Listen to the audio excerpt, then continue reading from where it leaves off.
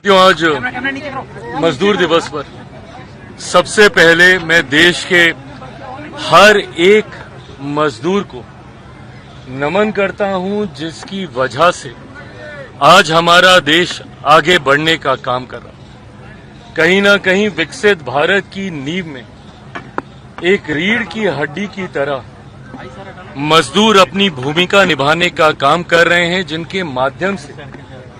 हम लोग देश में विकास की कई योजनाओं को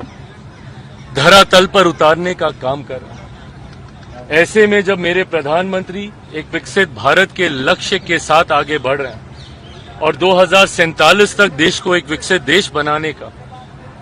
प्रयास कर रहे हैं, उसमें सबसे महत्वपूर्ण भूमिका हमारे मजदूर साथियों की है, जो देश की इंफ्रास्ट्रक्चरल डेवलपमेंट में अपनी अहम भूमिका निभाने का काम कर रहा हूं। और आज मैं सिर्फ संगठित क्षेत्र के मजदूरों का ही नहीं,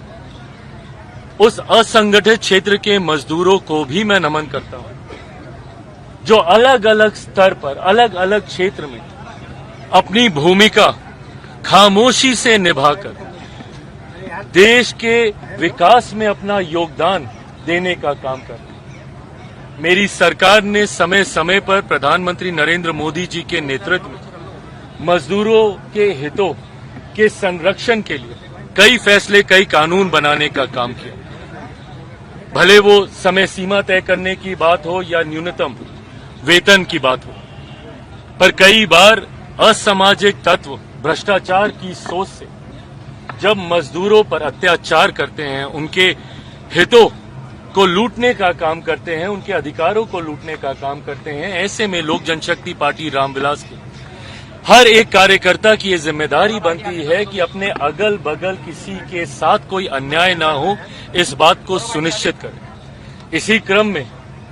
अभी कुछ दिन पहले जिस तरीके से बिहार से आए एक युवा की हत्या सिर्फ इसलिए कर दी गई क्योंकि वो बिहारी, ये वही असामाजिक तत्व हैं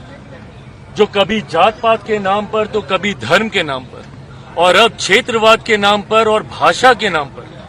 हमारे देश को बांटने का काम कर रहे हैं। ऐसे में किसी के साथ ऐसा अन्याय ना हो,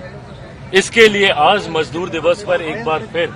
लोक जनशक्ति पार्टी रामविलास के हर एक कार्यकर्ता ने संकल्प लेकर आगे बढ़ने का काम किया। पहली बात तो जिस तरीके से उस बिहारी युवक की हत्या की गई, ऐसी परिस्थिति ही ना हो, समाज में कैसे सद्भावना आए, इस दिशा में हम लोग को कार्य करने की जरूरत है। समावेशी विकास की ओर हम लोग को आगे बढ़ने की जरूरत है, जिसका संकल्प आज पुनः लोक जनशक्ति पार्टी रामविलास के हर एक कार्यकर्ता ने लिया। अपने संगठन के माध्यम से किसी भी गरीब मजदूर के साथ कोई अन्याय ना हो, उनके हितों का संरक्षण हो और मेरे नेता आदरणीय रामविलास पासवान जी के सपनों के समाज का निर्माण हम लोग कर सकें, इस सोच के साथ आज इस कार्यक्रम को आयोजित